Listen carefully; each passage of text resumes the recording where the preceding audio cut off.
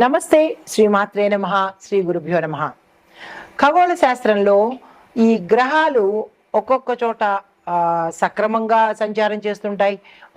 కొన్నిసార్లు కొన్ని గ్రహాలు తిరోగమ దిశలో అంటే వెనక్కి వెళ్ళడము, మళ్ళా ముందుకు రావడము, ఇలాంటివన్నీ కామన్గా మనకి ప్రతిసారి జరుగుతూ ఉండే ప్రక్రియలే.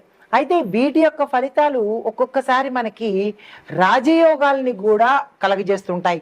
ఉదాహరణకు సూర్యుడు బుధుడు సంయోగం చెందడం వల్ల ఒక్కొక్క రాశిలో సంచారం చేయడం వల్ల భాస్కర రాజయోగం అని, అమలక రాజయోగం అని, షడష్టక రాజయోగాలని, ఇలాంటి రాజయోగాలు కొన్ని సార్లు మాత్రమే మనకి అద్భుతమైన అవకాశాలు ఇస్తాయి.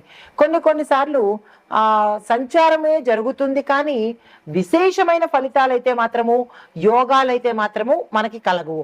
అలాంటిదే ఇప్పుడు ఇక్కడ మనకి శని బుధులు తిరోగమనంలో అంటే వెనక్కి వెళ్లే సంచారం చేస్తున్నారు. అది జూలై 13వ తారీఖున మొదలుపెట్టి శని మీన రాశిలో తన తిరోగమన దశలో అంటే తిరిగి మళ్ళా వెనక్కి వెళ్లే దశలో సంచారం మొదలుపెట్టాడు. అయితే ఇది ఎప్పటి వరకు ఉంటుందంటే ఈ సంవత్సరం నవంబర్ 15 వరకు ఈ ప్రక్రియ కొనసాగుతూనే ఉంటుందన్నమాట. అయితే ఈ తిరోగమనం చేస్తున్న సమయంలో ఈ రెండు గ్రహాలు కొన్ని రాసుల వారికి మాత్రమే కొన్ని ప్రయోజనాలు ఇస్తున్నారు, కొన్ని రకరకాల ప్రయోజనాలు ఇస్తున్నారు. అందరికీ కాకుండా కొన్ని రాశుల వాళ్ళకి మాత్రమే. అయితే ఆ ప్రయోజనాలు ఎలా ఉండబోతున్నాయి అంటే ఎప్పటి నుంచో డబ్బులు మనకి రాకపోవడము, ఎవరు ఇవ్వకుండా ఇబ్బంది పెట్టడము, మన దగ్గర నుంచి తీసేసుకుంటారు కానీ తిరిగి మళ్ళీ వాళ్ళు ఇవ్వడానికి ఇబ్బంది పెడతారు. అలాంటి ఇబ్బందులు ఈ సమయంలో తొలగిపోయి మీకు రావాల్సిన సొమ్ము చేతికి అందుబాటులోకి రావడము, దీంతో పాటు ఈ శని బుధుల యొక్క తిరోగమన సంచారం వల్ల లబ్ధి పొందే రాసులు మనం తెలుసుకుందాము. అసలు ఈ శని తిరోగమనంలో ఏమిటేమిటి ఫలితాలు ఉండబోతున్నాయి, ఏ రాసుల వాళ్ళకి ఎలాంటి ఫలితాలు ఇస్తారు అనే అంశాన్ని మనం ఇప్పుడు సవివరంగా తెలుసుకుందాం. అయితే ముందుగా మేషరాశి వారికి చూసుకున్నట్టయితే కనుక ఈ శని తిరోగమనం యొక్క ప్రభావము 11వ స్థానము అనగా లాభస్థానంలో జరుగుతోంది. లాభస్థానం అంటే తెలిసిందే కదా, ఇంకా అన్ని లాభాలే మేషరాశి వారికి. అంటే వీళ్ళకి సాడేసతి అంటే ఏనాటి శని ప్రభావం చూపిస్తున్నప్పటికీ కూడా కొన్ని లాభాలనేవి ఈ సమయంలో శని భగవానుడు ఇవ్వబోతున్నాడు. ఆ లాభాలు ఏంటంటే కనుక 11వ స్థానంలో సంచారం చేసేటప్పుడు కొన్ని నెలలుగా ఆగిపోయిన ఆర్థిక వ్యవహారాలు అంటే మీకు ముందుకు వెళ్లకుండా స్టక్ అయిపోయిన ధనపరమైన ఏవైనా ఇబ్బందులు ఉంటే అవి తిరిగి ఫాస్ట్గా ముందుకు వెళ్ళే అవకాశము, దీంతో పాటు డబ్బు ఇవ్వకుండా ఎగవేసి వాళ్ళు అబ్స్కాండ్ అయిపోయి ముఖం చూపించకుండా ఫోన్ చేస్తే ఫోన్లు తీయకుండా ఇట్లాంటిగా మిమ్మల్ని ఇబ్బంది పెడుతున్న వాళ్ళు వాళ్ళంతటా వాళ్ళే తిరిగి మళ్ళా మీకు డబ్బును తీసుకొచ్చి ఇచ్చే అవకాశాలు ఇక్కడ చాలా ఎక్కువగా కనబడుతున్నాయి. అయితే స్నేహితుల పరంగాను వృత్తిపరమైన సంబంధాలు వాటి నుంచి లాభాలు పొందడము, మీ ఉద్దేశాలు, మీ యొక్క గోల్స్, మీ యొక్క ఆశయాలు, మీ డ్రీమ్స్ ఇవన్నీ సాధించడము, సక్సెస్ సాధించడము, లేదంటే సానుకూలంగా మలుచుకోవడము, ఇలాంటివన్నీ ఏర్పడతాయి. అయితే బుధుడు యొక్క తిరోగమనము, ఇందాక నేను చెప్పింది శని తిరోగమనము, మరి బుధుడు కూడా తిరోగమనం చెందుతున్నాడుగా. మరి బుధుడు తిరోగమనం ఎక్కడ జరుగుతోంది? 5వ ఇంట జరుగుతోంది. ఈ 5వ ఇల్లు దేనికోసము అంటే బుద్ధి, సంతానము, సౌభాగ్యము, విద్య.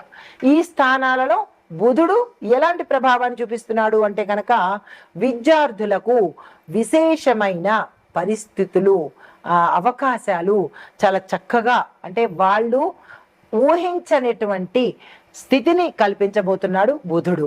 మరొకటి ఏంటంటే గతంలో చేసిన ప్రయత్నాలు కొంతమందికి మధ్యలో ఆగిపోతూ ఉంటాయి. చాలా వరకు లాక్కొస్తారు, ఎవరు చేస్తారులే, నా వల్ల కావడం లేదు, ఈ పనులు అవ్వడం లేదు అని విసుగుతో వదిలేసిన పనులు ఇప్పుడు చకచక ముందుకు వెళ్ళే అవకాశం కనబడుతోంది.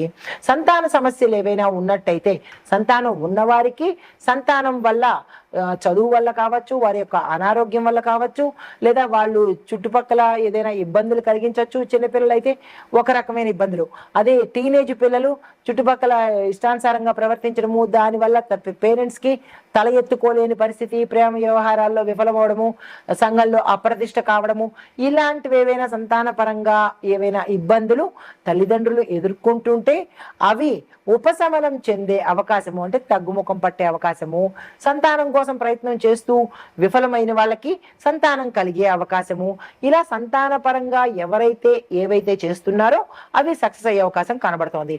అయితే కళలకు సంబంధించి ఆర్ట్ వాళ్లకు ఉన్నత స్థాయి ఆలోచనలు రావడము, అవకాశాలు వస్తాయి. పాత పనులు అంటే మన గతంలో వదిలేసిన పనులు ఏవైనా ఉంటే కనుక తిరిగి ప్రారంభించుకునే అవకాశాలు కూడా ఎక్కువగా కనబడుతున్నాయి. అయితే లాభం పొందే అంశాలు కూడా ఇక్కడ మీకు చెప్తాను. బిజినెస్లో పాత క్లయింట్ల నుంచి డబ్బులు వసూలైపోతుంది. కొంతమంది పాత క్లయింట్లు మర్చిపోయారు కదా అని చెప్పి తప్పించుకోవడమో లేదంటే వదిలేయడమో ఇవ్వకుండా ఎగేయడమో చేస్తారు. అవన్నీ ఇప్పుడు మీకు తిరిగి వచ్చే అవకాశం ఉంది. ఉద్యోగ రంగంలో చూసుకున్నట్టయితే కనుక పదోన్నతికి అవకాశాలు ఎక్కువగా కనబడుతున్నాయి. సాంకేతిక రంగంలో పనిచేసే వాళ్లకు ప్రత్యేకమైన ఐడెంటిఫికేషను, ప్యాకేజీ పెరగడము, వీరికి ఒక గుర్తింపు రావడము, ఇలాగ వీరికి సంబంధించినటువంటి స్థాయిలో విశేషమైన లాభాలు గోచరిస్తున్నాయి. అయితే స్నేహితుల నుంచి మీకు సహాయ సహకారాలు, సపోర్టు మీరు అనుకున్న సమయానికి దొరుకుతుంది. దీంతోపాటు గతంలో ఆగిపోయిన ఎనీ రిలేషను, అన్నదమ్ములు కావచ్చు, లేదా బంధువులు కావచ్చు, భార్యాభర్తలు కావచ్చు, లేదా ప్రేమికులు కావచ్చు, ఇలా తిరిగి మళ్ళా వాళ్ళు కలుసుకునే అవకాశాలు కూడా చాలా ఎక్కువగా కనిపిస్తున్నాయి. ఇవి ఫలితాలు.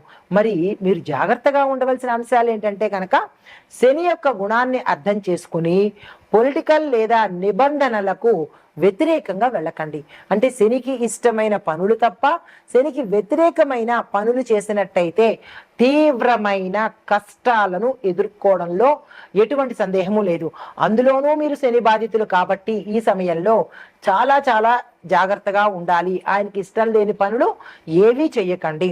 బుధుడు యొక్క తిరోగమనంతో మీ యొక్క మాటల్లో ఇక్కడ నేను మీకు రెండూ చెప్తున్నాను. శని తిరోగమనంలో ఉండే గుడ్ రిజల్ట్, బ్యాడ్ రిజల్ట్ రెండు చెప్తున్నాను. రెండు తీసుకోండి. అలాగే బుధుడు తిరోగమనంలో మంచి ఫలితాలు చెప్తున్నాను, జాగ్రత్తలు చెప్తున్నాను. ఈ వీటిని చాలా జాగ్రత్తగా వినే ప్రయత్నం చేసుకోండి. అయితే బుధుడు తిరోగమనంలో దేని మీద ఇంపాక్ట్ పడుతుంది? మీ యొక్క మాటల వల్ల మీరు మంచిగానే మాట్లాడతారు, కానీ అవతల వాళ్ళకి అది అపార్థం చేసుకునేటట్టుగా కనబడుతోంది. మాటలు మాట్లాడేటప్పుడు జాగ్రత్తలు తప్పనిసరిగా తీసుకోండి. ఎప్పటి నుంచి? జూలై నుంచి నవంబర్ వరకు చాలా జాగ్రత్తగా ఉండాలి. అయితే విద్యార్థులకు స్ట్రెస్ తీసుకోకండి. బుధుడు చదువుకి ప్రదాత కాబట్టి, బుద్ధికి ప్రదాత కాబట్టి మీరు స్ట్రెస్ తీసుకోకుండా జస్ట్ కూల్గా మీరు ఏ పని చేసుకున్నా సక్సెస్ అవుతుంది. పాత పాఠాల మీద దృష్టి పెట్టండి.